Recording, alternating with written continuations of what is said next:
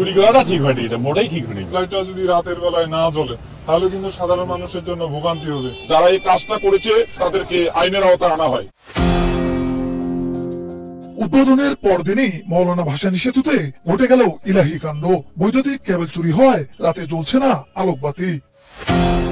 বৃহস্পতিবার রাতে প্রায় 310 মিটার বৈদ্যুতিক কেবল চুরির বিষয়টি প্রাথমিকভাবে ধারণা করা হচ্ছে।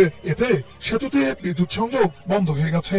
শুক্রবার সকালে এলজিইডি ও বিদ্যুৎ বিভাগের দায়িত্বরত কর্মকর্তারা সেতু এলাকা পরিদর্শন করেন। এ সময় হরিপুর প্রান্তের সংযোগ সড়কের দুপাশের 6টি ল্যাম্পপোস্টের ভূগর্ভস্থ বিদ্যুৎ লাইন কেটে চুরির বিষয়টি দেখতে পান। আমরা চেক করে দেখছি যে বাতি ঠিক আছে, তখন আমরা ওটা নিশ্চিত দেখি খুঁড়িয়ে দেখি যে তার নাই। এদিকে বৈদ্যুতিক কেবল চুরির খবর ছড়িয়ে পড়লে ক্ষোভে ফেটে পড়েন স্থানীয়রা।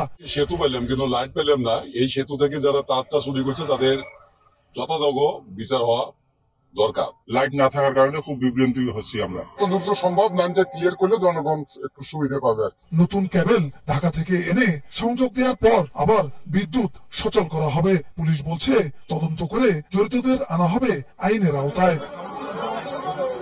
গত 20 আগস্ট গাইবান্ধা কুড়িগ্রামবাসীর দীর্ঘদিনের স্বপ্নের মৌলানা ভাসানী সেতু উদ্বোধন করেন স্থানীয় সরকার, পল্লী উন্নয়ন ও সমবায় মন্ত্রণালয়ের উপদেষ্টা আসিফ মাহমুদ সজীব ভূঁইয়া। এলজিইডির বাস্তবায়নে 1490 মিটার সেতু নির্মাণে ব্যয় হয় 925 কোটি টাকা।